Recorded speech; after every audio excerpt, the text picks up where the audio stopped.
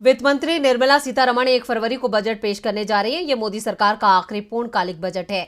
इसलिए कहा जा रहा है कि सरकार कई घोषणाएं कर सकती है, लेकिन जो इकोनॉमी सर्वे सामने आया है वो मायूसी देने वाला है।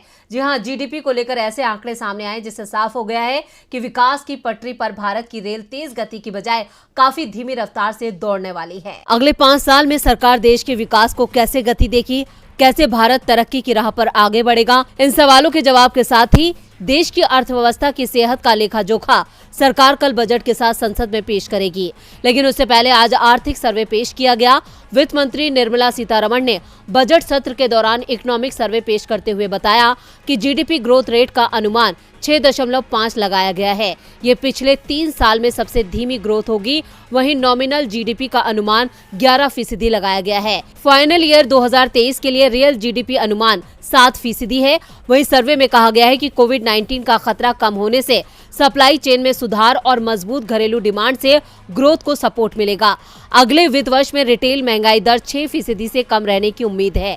इकोनॉमिक सर्वे में बताया गया कि कॉरपोरेट और कंपनियों की बैलेंस शीट में मजबूती के संकेत मिले हैं। सर्वे में कहा गया है कि देश में विदेशी मुद्रा का पर्याप्त भंडार है। इससे करंट डेफिसिट की भरपाई की जाएगी। रिजर्व बैंक के पास रुपए को गिरने से बचाने के लिए विदेशी मुद्रा भंडार में हस्तक्षेप करने की गुंजाइश रहेगी। इकोनॉमिक सर्वे में कहा गया कि आज भी देश की आबादी का 65% हिस्सा गांवों में रहता है। इसमें से 47% आबादी अपनी आजीविका के लिए कृषि पर निर्भर है। इसलिए ग्रामीण इलाकों के विकास पर सरकार के लिए फोकस करना जरूरी है। अब सरकार तो दावा कर रही है कि देश की स्थिति सुधर रही है, लेकिन जीडीपी के आंकड़ों ने बता दिया है कि विकास की रफ्तार इस कदर ढीली है कि मोदी सरकार के राज में तो अर्थव्यवस्था का मजबूत बनना नामुमकिन है। अब जब अर्थव्यवस्था नहीं बढ़ेगी तो देश कैसे बढ़ेगा।